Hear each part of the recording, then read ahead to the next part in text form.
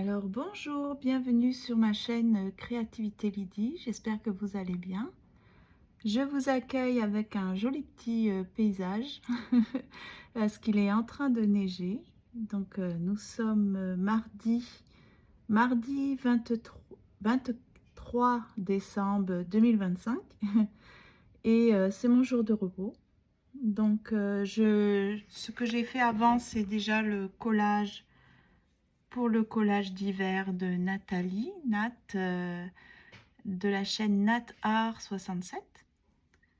J'ai eu bien du plaisir à faire ce collage. Je vous invite à aller voir dans sa communauté ou euh, dans ma communauté. J'ai fait un petit message, je vous renvoie à sa vidéo. Donc si vous voulez aller visionner sa vidéo, c'était très agréable de suivre son processus. Alors voilà, donc là moi aujourd'hui je vais m'apprêter à lire le chapitre suivant du livre Ikigai. Voilà, je vais vous montrer la jolie image, c'est celle-ci. Et le chapitre, c'est le chapitre 7, c'est Je reviens sur mon passé. Pour mieux voir quels sont vos atouts, vos plus belles qualités, vos façons de vous sortir des situations difficiles, le mieux est de revenir sur votre histoire et de comprendre comment vous avez avancé. Quelles ont été vos réussites, ce qui les a permises, quels ont été vos échecs et ce que vous en avez appris. Semaine nostalgie et regardez derrière vous une fois pour toutes, afin d'avancer d'un pas plus sûr vers votre Ikigai. Alors je ne sais pas si vous voyez le petit écureuil, il est tellement mignon. Je ne pense pas que vous le voyez. Attendez, je vais essayer de vous montrer. J'espère qu'il va aller un peu plus en avant. Ah, désolé, j'essaie de vous montrer. Il est où? Est-ce que vous le voyez? Non. Ah oui, vous le voyez. C'est parce que je viens de les nourrir. Alors, désolé pour la perturbation. Ah, il faut que mon téléphone tienne bien. Voilà, j'avais trouvé une façon de faire tenir le téléphone et puis là, ça n'a plus l'air de fonctionner. C'est bon. Est-ce que c'est bon? Oui, c'est bon. Alors, donc en fait, c'est pas mal parce que ça rejoint un peu ce que j'ai fait, que j'ai partagé dans Communauté. J'ai fait comme un petit bilan de l'année qui s'achève, hein, parce que dans quelques jours, c'est terminé. Et j'avoue que ça m'a fait du bien. Donc, ce que j'ai fait, c'est que j'ai procédé avec un collage. Et ensuite, grâce à ce collage, eh bien, j'ai eu envie d'écrire beaucoup de choses. Est-ce que vous voyez l'écureuil?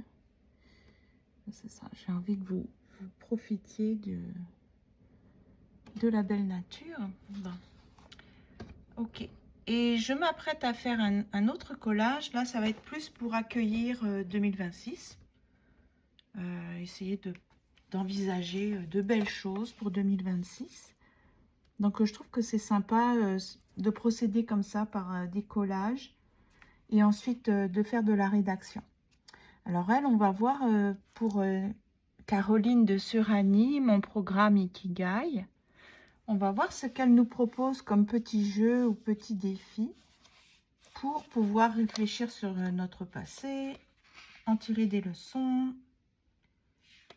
s'appuyer sur les réussites passées, déceler nos vraies motivations.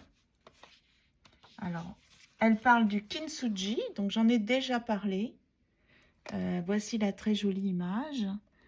Donc, c'est, vous savez, cet art japonais qui est de réparer la poterie qui a été brisée ou en tout cas endommagée et de recoller les morceaux avec une peinture ou de l'or. C'est ça, donc c'est très difficile à faire en fait parce que j'avais pas la bonne colle, je pense. J'ai essayé de le faire, j'avais 9 morceaux si je me souviens bien, dont un minuscule, mais je n'ai pas réussi à recoller mes morceaux. Et à l'époque, ça m'avait laissé comme une impression que c'était impossible de recoller ce qui avait été fissuré ou brisé. Donc, c'était pas une bonne attitude, hein, mais je sais que cette année, là, je parle comme si c'était déjà fini, mais cette année, j'ai eu souvent ce sentiment. Donc, une attitude pas très positive. J'espère qu'en 2026, ça va être mieux. Alors ici, il est dit, au Japon, on donne beaucoup de valeur aux objets anciens qui ont du vécu. La plupart des gens préféreront nettement une vieille théière en fonte marquée par le temps à une théière toute neuve et rutilante. C'est culturel. Cette vénération de la patine du temps va plus loin encore avec l'art du kintsugi. Il s'agit de réparer la porcelaine cassée avec de l'or. Cet art, apparu à la fin du XVe siècle, a été lancé par des artistes japonais qui cherchaient un moyen esthétique de réparer la porcelaine. Ainsi, plutôt que d'essayer de cacher la réparation, ce qui est souvent impossible ou inesthétique, ils ont décidé de la mettre en avant. La casse d'une céramique ne signifiait donc pas sa mise au rebut, bien au contraire. Les trous et les fissures sont comblés avec une laque d'or. Ainsi, les objets anciens qui ont été cassés, puis réparés, prennent encore plus de valeur, littéralement. Des objets usés de plus en plus précieux, une belle idée qui va à contre-courant de notre société occidentale amatrice du neuf et renouvelant sans cesse ces objets en état de fonctionnement. N'ayez plus peur de mettre en avant vos blessures, vos échecs, votre passé, si sombre soit-il. Soyez-en fiers. Visualisez votre réparation kintsugi et soyez conscient que c'est ce qui fait de vous un être unique, précieux, irremplaçable. Alors, nous voilà rendus au jeu. Alors, le premier défi, c'est la mémoire du corps. Maintenant que vous avez saisi l'intérêt de revenir sur votre histoire, creusons un peu plus la question et attardons-nous sur ce qui fait l'être unique que vous êtes aujourd'hui. Quelles sont vos ressources, vos moteurs, vos forces, vos faiblesses? Regardons ce que votre passé vous a apporté pour mieux trouver quoi en faire par la suite. Puisque vous avez déjà réussi, vous savez que c'est possible. Alors voici une petite visualisation qui vous permettra d'ancrer dans votre corps la sensation de confiance liée à vos réussites passées et pouvoir la retrouver aussi souvent que nécessaire par un simple geste. Installez-vous confortablement dans un endroit où vous ne serez pas dérangé. Lisez à voix haute une première fois la visualisation en l'enregistrant sur votre téléphone ou demandez à quelqu'un de confiance de vous la lire. Donc la personne de confiance qui va vous la lire, c'est moi. Alors c'est parti. Prenez 3 respirations profondes et commencez la lecture. Vous êtes dans un joli jardin, un lieu qui vous correspond et où vous vous sentez bien. Vous avez 1 an, vous commencez à essayer de marcher. Vous vous tenez sur un muret, vous tombez, vous vous relevez, vous recommencez à faire votre premier pas. Vous êtes très fier. Prenez le temps de bien ressentir cette sensation de victoire. Que se passe-t-il dans votre corps? Quels muscles sont tendus? Lesquels sont détendus? Comment bat votre cœur? Comment est votre respiration? Ancrez bien cette sensation et faites un geste simple que vous pourrez reproduire facilement. Ce geste va enregistrer dans votre corps cette sensation de bien-être. Repensez maintenant à une autre victoire plus récente. Est-ce que vous vous revoyez en train de réussir? Rentrez en vous à ce moment-là et de la même manière, observez vos sensations. Donc, je répète, que se passe-t-il dans votre corps? Quels muscles sont tendus? Lesquels sont détendus? Comment bat votre cœur? Comment est votre respiration? Est-ce que vos sensations sont les mêmes? Qu'est-ce qui diffère? Faites à nouveau le geste que vous avez choisi et demandez à votre corps d'enregistrer cette sensation de confiance, de bien-être et de satisfaction. Prenez 3 respirations profondes et vous pouvez revenir ici et maintenant à votre rythme. Avec cet ancrage, vous avez créé un bouton magique de bien-être et de confiance. Vous pouvez réactiver cette sensation dès que vous en sentez le besoin. Le jeu suivant, c'est découvrir les cadeaux cachés de vos échecs. Est-ce que vous avez échoué de nombreuses fois? Tant mieux! Regardons un peu ce que ces échecs vous ont donné, et cherchons les cadeaux cachés de l'adversité. Prenez un carnet et notez vos 3 échecs les plus marquants, les plus vexants. Pour chacun de ces échecs, trouvez au moins 2 avantages que vous avez pu en tirer. Par exemple, vous avez échoué à l'examen d'entrée en école de médecine, mais cela vous a permis de découvrir la naturopathie et de vous former à cette discipline. Cela vous a permis de faire des études un peu plus courtes et de commencer à gagner votre vie plus tôt dans un domaine qui vous correspond mieux. Si vous ne trouvez pas les bénéfices d'un échec, c'est peut-être encore parce qu'il est trop vif. N'hésitez pas à vous faire aider par une personne bienveillante de votre entourage qui aura sûrement des suggestions intéressantes. Fermez votre carnet et remerciez sincèrement la vie de vous avoir fait traverser ces épreuves sans lesquelles vous ne seriez pas qui vous êtes aujourd'hui. Ressentez une réelle gratitude. Il est bon de sentir que, quoi que vous tentiez, la vie sera toujours là pour vous soutenir et vous offrir une porte de sortie si vous vous trompez. Oui, vous avez le droit à l'erreur. C'est une bonne nouvelle, n'est-ce pas? Le défi qui suit s'intitule « Vive l'échec ». Aujourd'hui, c'est la fête de l'échec.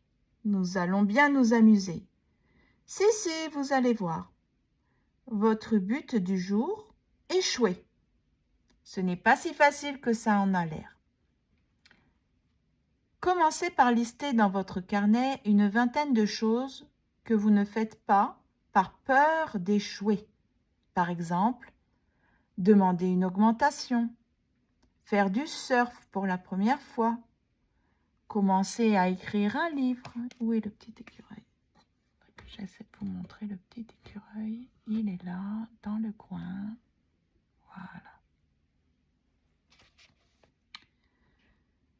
Voilà. Commencer à écrire un livre, prendre un cours de cuisine, etc. Faites une seconde liste avec des petites choses que vous ne savez pas faire. Vous avez déjà essayé et manifestement, ça n'est pas votre truc et ça vous contrarie. Par exemple, vous n'avez pas réussi à faire une béchamel, dessiner un chat, gagner au Monopoly, etc. Dans ces 2 listes, vous allez choisir 5 choses que vous pouvez tenter ou réessayer aujourd'hui même. Pour chacune des choses que vous avez décidé de faire, faites de votre mieux et demandez de l'aide et des conseils de votre entourage. Pour certaines, vous allez réussir. Si. Et si vous réussissez à toutes, vous devez continuer de tenter de nouvelles expériences jusqu'à ce que vous échouiez au moins une fois. Le soir, vous reprenez votre carnet et vous notez vos sensations. Où avez-vous échoué? Avez-vous réussi plus de choses que ce que vous imaginiez? Quels effets cela vous fait-il?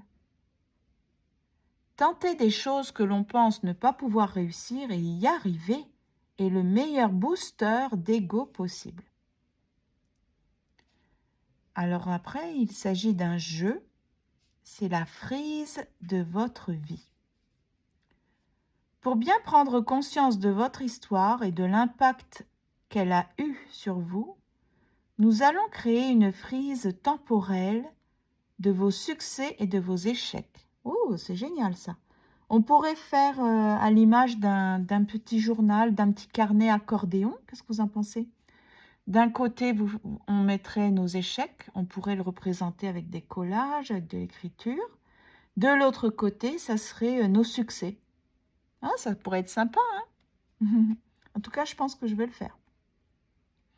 Bon, elle nous propose de prendre notre cahier et de commencer par lister 10 de nos succès marquants dans l'ordre où ils viennent sans nous censurer ni nous juger. Prenez ce qui vient. Le bac, le baccalauréat, sortir avec le plus beau garçon de la classe de CM2, devenir directrice marketing à 22 ans, être exposée dans une galerie réputée, vous libérer de la dépendance affective, peu importe, en tout cas, ce sont des exemples. Évidemment qui ne nous concernent pas, pas forcément, ça doit la concerner elle. Donc ensuite, une fois qu'on a listé 10 de nos succès marquants dans l'ordre qu'ils viennent dans notre esprit, pas forcément que ça soit chronologique, ensuite on fait la liste de nos échecs. Alors quels sont nos regrets amers, nos ratages? De la même manière, prenez ce qui vient sans échelle d'importance ou de valeur. Il faut en avoir 10 également. Ensuite, elle nous propose de dessiner une ligne du temps et de placer chacun des éléments, des événements que vous avez listés sur la frise. Mettez en haut les événements qui se sont révélés en fin de compte positif et en bas ceux qui se sont révélés négatifs. Par exemple, sortir avec le plus beau garçon est a priori positif. Mais si ensuite il s'est révélé être un imbécile, vous avez le droit de le mettre en bas. Rater le bac est a priori négatif, mais si cela vous a permis de prendre du recul et d'avoir du temps pour réfléchir à ce que vous vouliez étudier ensuite, vous pouvez le mettre en haut. Ah d'accord, donc elle veut dire que dans nos listes, peut-être ce qu'on a mis en positif, à bien y réfléchir, ça va se retrouver dans la liste des négatifs. Et inversement, ce qu'on a listé en négatif va peut-être se retrouver en positif. Tout dépend de quel recul on aura pris par rapport à cet événement. Observez votre frise et voyez à quel point les éléments ou les événements positifs et négatifs sont relatifs. Ah oui, d'accord, c'est pas mal ça. Remarquez aussi que vous vous en êtes bien sorti, même avec brio, de plein de situations difficiles et que vous avez accompli plein de choses dont vous pourriez être fier. Bon, c'est un bon exercice. Moi, je pense que je vais le réaliser avec ma petite suggestion. Vous pourrez me dire si vous avez envie de faire comme l'autrice vous le suggère, ou alors si vous avez décidé de le faire à ma manière, c'est-à-dire avec un petit carnet de type accordéon. Un côté les échecs et de l'autre côté les succès. À consulter librement. Alors le jeu suivant s'appelle vos atouts à portée de main. Découvrez vos atouts les plus solides, ainsi vous saurez sur quoi compter dans les moments difficiles. Prenez votre carnet et listez vos 3 plus grands accomplissements, ce dont vous êtes très fiers. Prenez chaque réussite et réfléchissez à ce qui vous a permis d'y arriver. Avez-vous été téméraire? Avez-vous été persistant? Avez-vous été idéaliste? Avez-vous travaillé jour et nuit? Avez-vous su prendre la bonne décision au bon moment? Si vous pensez que vous avez eu de la chance et que c'est le hasard qui vous a permis de réussir, essayez de creuser un peu et de vous demander sans quelle qualité votre succès n'aurait pas été possible. Trouvez au moins 3 atouts et qualités pour chaque réussite. Y en a-t-il qui reviennent plusieurs fois? Alors ce sont vos atouts les plus importants. Reprenez chacun de ces atouts et écrivez sur une page libre de votre carnet des phrases commençant par « je » avec vos atouts et qualités. Par exemple, « Je suis persévérant ». Je suis capable de travailler autant que nécessaire pour arriver à mon but. Je prends de bonnes décisions. Pour bien les ancrer en vous, dites ces phrases à voix haute, soit en vous adressant à quelqu'un, soit, si vous n'osez pas, face à un miroir.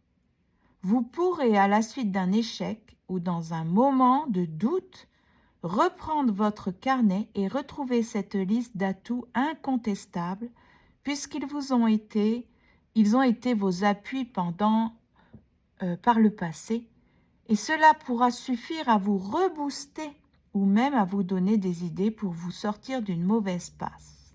Ah, c'est pas mal ça. Le défi suivant s'intitule « Une nouvelle expérience par heure ». Attention, c'est une journée qui va être chargée. Faites plutôt ce défi sur un jour de congé. Ou si vous n'en avez pas l'occasion, répartissez-le sur la semaine.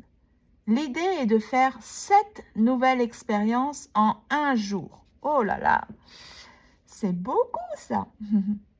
Trouvez 15 idées de choses que vous n'avez jamais faites et que vous pourriez être tenté aujourd'hui. Manger des huîtres, postuler à un poste plus élevé, lire un magazine en anglais, regarder le premier épisode d'une série que vous ne connaissez pas, aller au cinéma seul, boire un jus de goyave, etc. Ensuite, choisissez les 7 qui vous tentent le plus et créez un planning de votre journée ou une semaine pour ceux qui doivent répartir. Moi, je vais le faire en plusieurs jours, je pense. 10 heures. Alors, 10 heures. Ah, d'accord. Donc, à 10 heures, un exemple. Dégustation de fromage à la truffe. On commence bien. 11 heures, lecture de ce nouvel auteur à la mode. Midi, déjeuner seul en terrasse, etc. Au fur et à mesure de votre journée, prenez des notes dans votre carnet sur vos sensations. Est-ce que c'est agréable, amusant, stressant? Affronter la nouveauté, c'est le meilleur moyen d'évoluer. Nous sommes faits ainsi pour découvrir, apporter de la nouveauté dans notre vie. Cela nous donnera de l'élan à nos projets. Si vous en avez envie, essayez de poursuivre ce défi toute l'année en faisant une chose nouvelle par semaine. Ah, oui, c'est pas mal. Ou une fois par mois. Une fois par semaine, une fois par mois. Ça dépend notre degré d'aventure. Notre désir de tenter de nouvelles choses. Et il ne faudra pas oublier d'écrire nos sensations par rapport à cette nouveauté. Ensuite, le jeu qui suit, est-ce que c'est le dernier? Je crois que c'est le dernier. Oui, c'est le dernier et le titre, c'est « J'ai de la chance ». La chance, comme nous avons pu le voir, est surtout une question de réagir, la façon de réagir à ce que vous propose la vie. Revenons sur vos gros coups de chance et découvrons votre rôle dans cette bonne étoile. Prenez votre carnet et faites une liste de toutes les fois où vous avez eu de la chance. Prenez ce qui vient sans réfléchir. Essayez d'en trouver au moins 10. Cela peut être important comme tout petit. En fait, c'est tout ce qui compte et de ne pas vous censurer.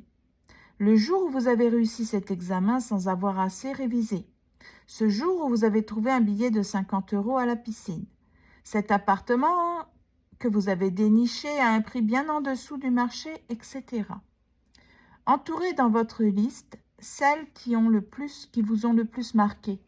Choisissez-en au moins 3. Pour chacun de ces coups de chance, trouvez 3 choses que vous avez faites qui vous ont permis d'arriver à cet événement.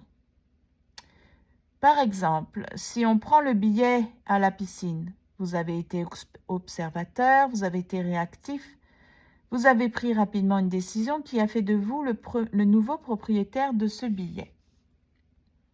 Alors ici, au Canada, si on trouve un objet, bon, peut-être pas de l'argent, mais en tout cas, je pense que si c'était à la piscine même, on irait le donner à l'accueil. J'aime beaucoup c'est pas perdu et c'est un gain pour la personne qui trouve l'objet. Non, non, on pense toujours aux personnes qui ont perdu. Je sais pas, par exemple un portefeuille, quelque chose de valeur, un téléphone. On va pas se l'approprier. Non. Peut-être la nouvelle génération, mais en tout cas, moi je suis une immigrée, j'arrive et je constate que les personnes d'à peu près de mon âge et avant gardent ce réflexe d'aller rendre l'objet à la personne. Donc ça serait une bonne action en fait. Donc on va le remettre par exemple à la réception ou on le met en évidence pour que la personne qui l'a perdu puisse retrouver son objet. En tout cas, bon, imaginons que c'est en pleine nature, effectivement, là vous ne pouvez pas le remettre à quelqu'un, le billet. Donc il faut se concentrer sur le fait qu'on était là au bon moment. En gros, c'est ça. Et qu'on a été observateur, on a été réactif, on a pu prendre une décision. Si vous ne voyez vraiment pas en quoi vous avez eu un rôle, insistez et cherchez car c'est là le plus important. Cela cache sûrement un talent tellement ancré que vous ne le voyez même plus. Prenons l'exemple de l'appartement en dessous du prix du marché. Vous avez été persévérant, des heures de recherche, ou vous avez été sociable, vous avez recontacté un ami qui se trouve être un agent immobilier, ou alors vous avez été réactif, vous avez visité avec un dossier remis tout de suite, vous avez répondu à une annonce en premier, ou alors vous avez osé demander un service à un ami, de l'aide à la famille, etc. Reprenez toutes les choses que vous avez faites pour avoir de la chance. Ce sont des attitudes que vous pouvez reproduire pour avoir de la chance plus souvent. Maintenant, vous savez que vous avez de la chance, mais qu'elle ne tombe pas du ciel. Bon, c'est un peu contradictoire. Mais on dit que la chance n'existe pas. Hein. Il y en a qui disent ça. Donc, ce sont des... On est au bon moment, j'ai l'impression. On peut être là au bon moment, avec les bonnes personnes. Et c'est ça qui fait que il nous arrive de belles choses. Alors cela peut être dur à entendre, mais la bonne nouvelle est que tout est entre vos mains. Vous avez même aujourd'hui, grâce à cet exercice, le mode d'emploi. Maintenant que vous savez que vous avez de la chance, mais qu'elle ne tombe pas du ciel, alors, même si c'est dur à entendre, c'est la bonne nouvelle que tout est entre vos mains et que grâce à cet exercice, vous en connaissez le mode d'emploi. Donc voilà, nous arrivons à la fin. Donc là, je vous laisse avec cette page-là. Je ne sais pas si vous pouvez faire une capture d'écran, mais ça peut être intéressant. Ce sont des livres pour rebondir. Alors, comprendre la résilience, pour se mettre au travail et dépasser ses épreuves, pour voir le bon là où tout semble mauvais, pour ne plus se laisser écraser par son passé, pour apprendre à se réinventer. Donc voilà, j'espère que vous avez aimé la lecture. Comme d'habitude, je vais mettre à quel moment se trouvent les petits jeux pour que vous puissiez écouter à votre rythme et zapper les parties qui, par exemple, ne vous intéressent pas. J'espère que vous avez apprécié le décor. Je trouve que c'était sympathique. Bon, il ne neige pas très très fort, donc je ne sais pas si ça se voit à l'écran. Mais en tout cas, c'est joli. Il y a beaucoup de neige ici. Je ne sais pas quelle est la température. Je vais peut-être essayer d'aller à la piscine, nager aujourd'hui. Et puis ce soir, je vais faire mon collage pour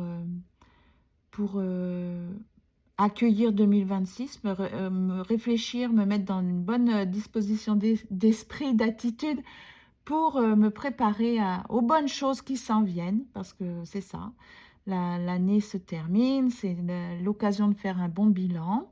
Si vous avez l'occasion de passer des bons moments avec votre famille, vos amis, bien, je vous souhaite vraiment d'avoir de bons moments entre vous. Si vous êtes seul, ben, ne vous inquiétez pas. Si vous ne faites rien non plus de particulier, ça arrive. On est tous différents. Le plus important, j'ai envie de dire, c'est d'apprécier ce qui nous arrive euh, de bon, de bon. Voilà, extraire tout ce qui est bon et puis dire merci, apprécier cela à sa juste valeur, à sa pleine valeur, être dans la gratitude, le contentement et être heureux parce qu'on vit, on est en vie. Alors c'est merveilleux, il y a plein de choses qu'on peut faire, beaucoup de choses qu'on peut envisager. Donc bah, c'est ça, je vais vous souhaiter le meilleur.